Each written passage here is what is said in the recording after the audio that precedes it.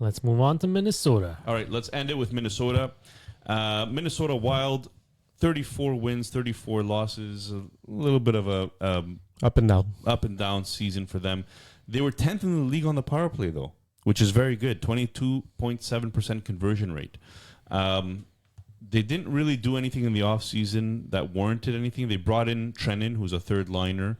They brought in Luoko. They lost Vinny Lettieri. We're not going to waste too much time on these players. Our tier 1, 91-point plus players, we have Kirill Kaprizov. Anybody doubt that he's going to hit 91 plus? No. So he Unless hit he gets 96 points this last season. He hit 75 the year before that, 108 the year before that. So it looks like the 75 is more the outlier here. And he's a 90 point player, yeah, for plus sure. player. Tier 1, for sure. Tier 1. Other than him, the other person that we would say is, we have nobody in tier 2, but tier 3, we have Matt Boldy, who was on pace for 75 points last year. What do we think about Matt Boldy? Is he continuing to grow in that role, or are we seeing him hitting that ceiling of 75 points? 1 second. I saved a tweet here. Or whatever, a post on X. Both of those players, by the way, play power play 1, Matt Boldy and Matt So- Boldy's, Kaprizov. yeah. Here's a stat from Big Head Hockey, at Big Head Hockey on X. Players with fewer goals than Matt Boldy through 200 career games, right? Dauber's 200. David Pasternak, Marian Gaborik, Guy Lafleur, Eric Stahl, Elias Pettersson, Panarin, Eichel, Sebastian Aho, and Jeff Skinner. That's it. pretty impressive names. Is Except for Boldy Jeff starting Skinner. to become one of the most underrated players in the league? Underrated, I don't think, because I think people notice him already. He's very young. I Yeah. think that's the reason why you don't hear about him all the time. But Well, played 3 29. years in the league. Yes. Played 3 years in the league. He's like he's averaging to be about a 30-goal scorer. in his prime, because he's not in his prime yet, right? He just No. hit the 200. No, exactly. he's still Exactly. We're talking about a player that's going to be probably 75 points and maybe 40 goals. Well, You think only 70 points if he hits 40 goals?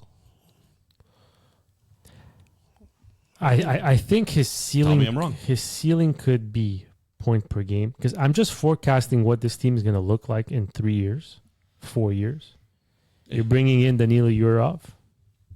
Kaprizov is there for the long run. Boldy is still young. He's there for the long run. Marco Rossi's still there. He's there for the long run. There was rumors they were going to trade him. Yeah, Yeah. they're trying to trade him. There's Bouillon they just drafted. There's the Finnish defenseman they just drafted. Like, they're building something really potent on offense, especially in Minnesota. We've never known them for that. Mm-hmm. I think they have the capability here to build something and together. I think Boldy, his ceiling could be 82. I don't think he's ever going to be more than that. Still, But point per game is quite something. Point per game, for yeah, sure. point per game. I think he's going to hit a point per game. And if not next year, in the next few years, he's going to hit that point per game. Perfect. Eriksson Ek had a little bit of a breakout season. Yeah. Hit 64 points last year. What are we predicting? Is that moving forward, or are we reaching his ceiling here?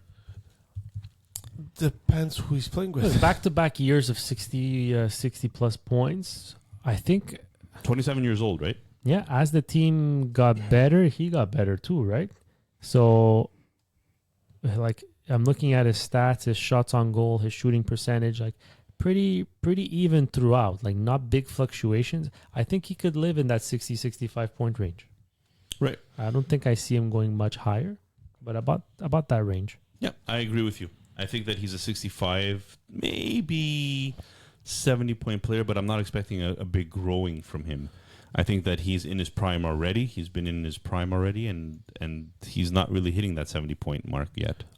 No, I feel I feel he's gonna be a number 2 centerman for Minnesota. He already is. Yeah, but he was playing number 1 centerman. Okay. You're saying like there's like Rossi's I gonna think take over? Marco Rossi has potential to take that number 1 role on, but when it comes to Eriksson Ek, I mean 70 points for a number 2 defenseman is not bad, and he plays in every situation. So he'll give you that odd shorthanded goal, shorthanded point, stuff like that. So he'll get his time on ice, and the most important thing, as long as you're on the ice, you have a chance to get a point. Mhm. So I think, but to go over 70, I think it's pushing.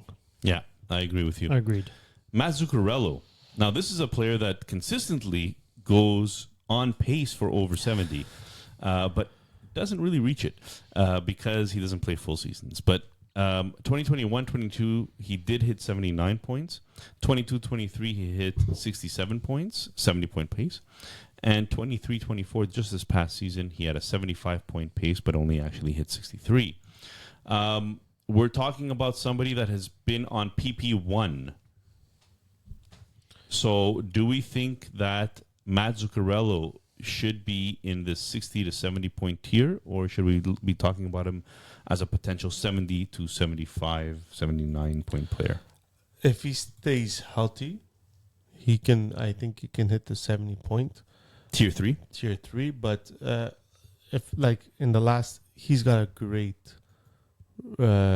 chemistry with Kaprizov, Mm-hmm. and I'm looking at his stats now. The 2022-2023, 29 points on the power play. 2023-2024, 32 points on the power play. So he lives and dies on that power play. So you know he's going to get PP1. Half his points. It's half his points, exactly. So if that power play works, he can easily hit 70 points. In the fourth quarter of the season, his numbers dipped, and his power play time also dipped a little bit consequently. I don't know. I have a hard time. For me, if I had to project and if I had to count on him, I'm counting on him for like 60, 63 points. I even have a hard time saying like 65. 36. That's What it. I was going to say. That's it. 36 years He's old. 36 years old. You're expecting the decline to really start kicking in soon. I'm still predicting him at 60 points. Yeah. If he stays healthy for the entire year, I'm predicting him at 60 points. I'm not predicting him as a 70 to 75 point player. But guys, and his moving most forward. consistent line mates throughout every single quarter of the season was always Kaprizov and Marco Rossi. Yeah, but that's what they're hoping their first line is going to be, right? By the way, thank you to Frozen Pool of Dauber Sports. Frozen Tools. Frozen Tools. No, the website's Frozen. Okay, Pool, but it's Frozen Tools. Yes. Ooh, this is going to be an interesting one. Go next player. Brock Faber. Yeah. He was touted as Rookie of the Year and got some votes as the Rookie of the Year. He didn't win it. Bedard won it. Mhm. If it wasn't for Bedard, though, this player might have been it. 47 points in his rookie season as a defenseman. There's forwards out there that put up 47 points, and we think that's incredible for them as a rookie season. What do we think about Brock Faber moving forward? I mean, Ziv Buim isn't in yet. No. Couple of years away. We're expecting Buim and Faber to be the go-to Yep. for Minnesota for a very long time, kind of the way that Suter was in the past, right? So do we think 47-point pace, is he going to improve on that this coming season? I think it's going to be tough. And the one reason is they're taught out to be number one defenseman. Jared Spurgeon is back. He played 16 games last year. So with those 16 games that after he didn't play all season, that's where Faber got all the minutes. So he was playing almost 25 minutes a game. So I feel with Spurgeon there, he's going to take some of those minutes away from him. So it'll be tough for him to hit that. And especially if the power play starts to struggle with him, they're not going to hesitate to make the switch and put Spurgeon as their number one PP. Look, history tells you look for a sophomore slump a little bit when it comes from a guy that's unexpected. Mm-hmm. By the way, second round pick of the Los Angeles Kings. Anyhow, they screwed that one up. I don't see him losing power play time to Spurgeon. I think they're going to ride the wave with Brock Faber. I think Spurgeon's going to be more their like every situation guy. I foresee a little dip, maybe 40 points instead of 47. But I don't know. Like, I think there's nobody else. There's nobody else that could provide offense from the back end, right? So Maybe Spurgeon a little bit. So Spurgeon, just to touch on that. 2022-23, I'm not going to count the 16 games No. of last year. Let's talk about the year before that. 79 games played. He was only on a 35-point pace. Yeah. The year before that, 65 games played. He was on a 52-point pace. The year before that, 54 games played, 38-point pace. We're not talking about an offensive catalyst. No, but time Brock on Faber has already surpassed him, in my opinion, when it comes to being better at Spurgeon offensively. Yeah, but time on ice. How much time on ice was Spurgeon on? 23 minutes So that's this year, 21 minutes the year before that's that. number 20 one pairing. You understand? So No, I get he's it. going to take some of that time on ice that Faber was getting. I still think Faber is their future, and I think they're going to start Oh, giving him that. 100%. Last year, Faber had 25 minutes of time on, Exactly. 24.58 of time Is on that ice. not going to lower now? Even if it lowers a bit, it's still going to be around that 21, hovering 21 minutes of 20, time on 21. ice. But you're still losing about 3 minutes per game. It could play a role. It could play a role. I still predict internal growth from Spurgeon. I think he's going to hit 50 points again next Wow. year. Okay. And if he stays as a Brodin with his line mate, he doesn't have to worry too much about the backhand. Exactly. Okay. Goaltending tandem. Anybody else you want to talk about before I switch to the goaltenders? Because Marco Rossi, is this the year where he surpasses, where he gets into the tier 4? Because I think he ended with 40 points last year, if I'm not mistaken. not very good. 82 games played, 40 points. But it's first full season, right? First full season. Oh, actually, yeah. So we mentioned that it's good for a forward to hit 40-point mark. So, yes, I agree with you. But I still don't think he's ready enough for that 60-point Okay. season. I think that we're looking at a player that could improve maybe to a 50-point pace Mhm. for next season. But really, he's not getting that time on ice. He's at 16 minutes of time on ice last year, playing 82 games. Is that going to increase a bit? Maybe. But Eriksson Ek really seems to be the relied upon person right now. Yeah. And I don't think they want to throw Rossi in there yet. Eventually, I agree with you, especially on a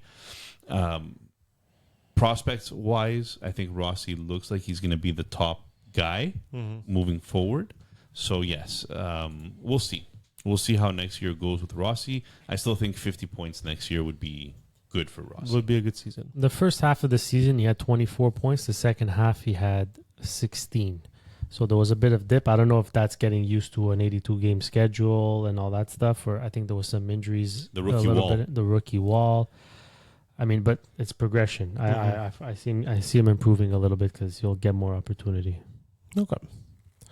The top prospect. Oh no, the The goalies. goalies. Let's talk about goalies. Marc-Andre Fleury had below 900 save percentage, and he had almost 3.0 goals against average. So 0.895 save percentage, 2.98 goals against average. His goals saved above expected on 5-on-5 per 60 was 0.040. So he actually did pretty much what he was expected to do, which is 33rd in the league. Not starter material. How many teams necessarily. in the league? 32 teams. I don't know if One goalie starts per team. Right? one Yeah. goalie starts per team per night at least. When Philip Gustafsson is the other player that is with him, 0.899 save percentage, 3.06 goals against average. His goals saved above expected was not good. Minus 0.398, which was 62nd in the league. Yeah. Who were we talking about before? Where you're like, which version of this player are we gonna get? Because it was a seesaw. I mean, Gustafsson went from 3.5 goals against average to 2.1 goals against average to 3.06 goals against average. Save percentage in the 800s, the 900s, then 800s. Who's the real Philip Gustafsson? They split the games last year, more or less, almost 50-50. I think with Fleury on his last year, maybe they're going to give Gustafsson a bit more of an opportunity to get more games Well, they just re-signed Fleury. to 1 year, right? Yeah. I'm more curious to see how many games does Wallstedt get this year. He played 3 games last year, didn't have the best numbers, 897 save percentage. I'm curious to know, does that number go up to 10 to 12? injuries, giving Fleury a break? Is Gustafsson not good enough?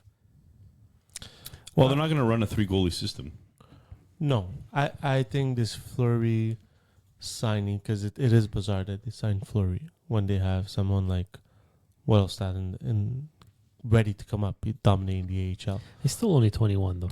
Yes, but the biggest factor here is I think they could not add players, defensemen, or forwards because it's the last year where they have $14 million in dead cap space.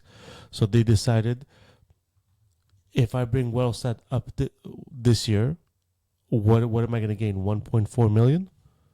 Who am I going to get at 1.4 million that can start in my lineup as a player? So they're hoping they can get Marc-Andre Fleury at 2.5 million, get that experience, get a good season out of him, and then next year really build on the forwards and defense. Well, 1 year left on his entry-level contract, Wallstead. So Yeah, exactly. they'll They have have a to decision re-sign to him. make next year. No, they're going to resign him for sure. If he doesn't play NHL games, he's not going to get a very big contract. No, Yeah. exactly. And- Maybe that's and the maybe plan. that's the plan. And they're off the chart for $14 million. Look, next year. we said it for Devin Levi. We said it for Wolf. We said it for a bunch of goalies that are under the age of 23. They struggle in the NHL. Mm-hmm. And you want to protect Wallstad a bit because he is your future.